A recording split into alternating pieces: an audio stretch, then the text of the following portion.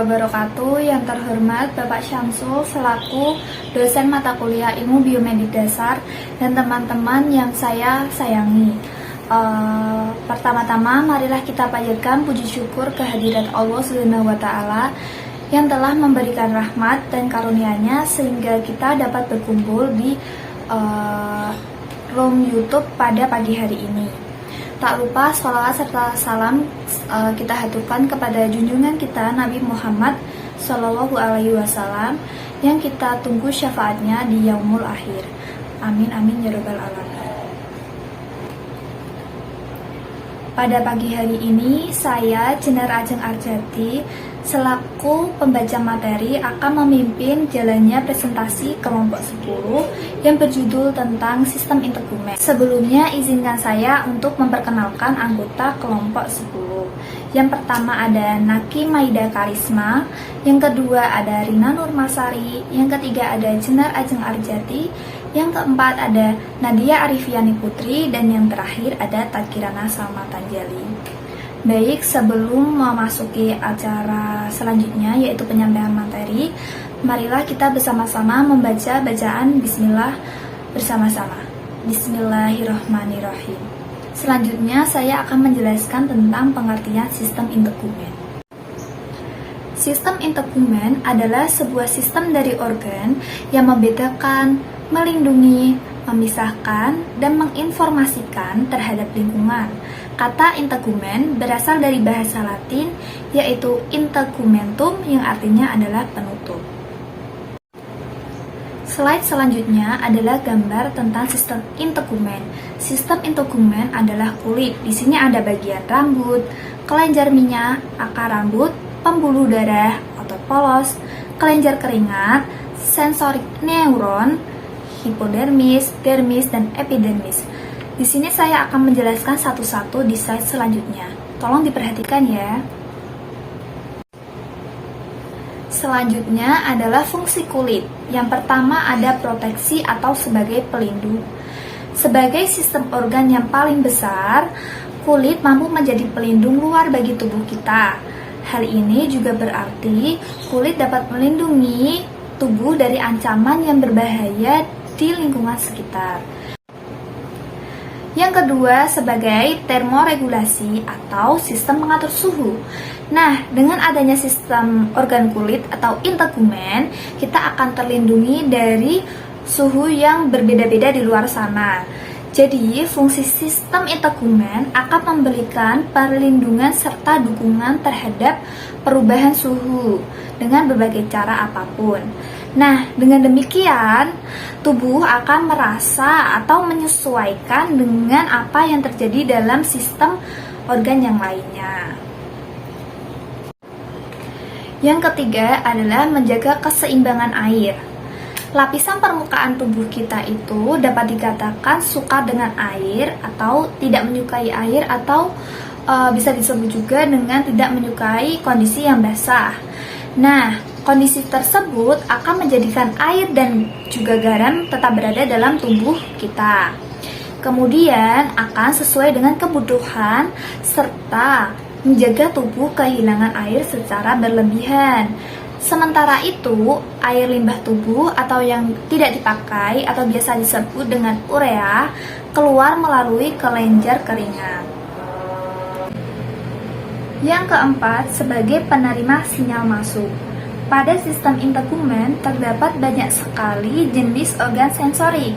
Nah, jenis organ sensorik itu memudahkan atau merasakan pada tubuh seseorang atau manusia dapat merasakan panas, dingin, nyeri, tekanan, dan juga gerakan. Yang kelima, sebagai pengirim sinyal keluar. Fungsi integumen ini contohnya adalah rambut. Apabila rambut mengirim pesan atau sinyal, itu akan disampaikan ke lingkungan di sekitar kita. Setelah pengiriman pesan atau sinyal tersebut akan disampaikan kepada manusia yang lainnya. Selanjutnya, memproduksi zat penting. Nah, pada sistem integumen ini terdapat kelenjar sebasea. Nah, kelenjar sebasea ini berkaitan dan berhubungan atau berada dengan folikel rambut. Folikel rambut ini akan menghasilkan sebum. Selain kelenjar sebasea, di sistem integumen juga terdapat kelenjar keringat. Nah, sedangkan kelenjar keringat ini akan menghasilkan keringat. Di slide selanjutnya ini ada struktur kulit. Nah, struktur kulit ini juga tadi gambarnya sama dengan slide yang awal-awal. Di sana juga ada rambut, ada epidermis, dermis, dan yang lainnya. Nah, baru saja saya jelaskan mengenai tentang bagian-bagian kulit. Nah, di sini itu tadi ada dermis, epidermis, dan hipodermis. Nah, bagian dari 3 lapisan ini akan saya jelaskan satu-satu. Yang pertama ada epidermis dulu ya. Epidermis itu bagian paling luar. Yang kedua ada dermis. Nah, dermis ini bagian paling tengah atau bagian tengah. Yang ketiga ada hipodermis. Hipodermis ini bagian paling bawah atau biasa disebut dengan subkutan. Nah, di slide ini ada gambar tentang bagian lapisan epidermis. Kalian bisa lihat ya, apa saja sih bagian epidermis itu? Baik, di slide selanjutnya ada gambar dermis. Nah, dermis ini itu ada 2 bagian. Yang pertama lapisan papiler, yang kedua adalah lapisan retikuler. Nah, lapisan tersebut itu ternyata ada perbedaannya loh.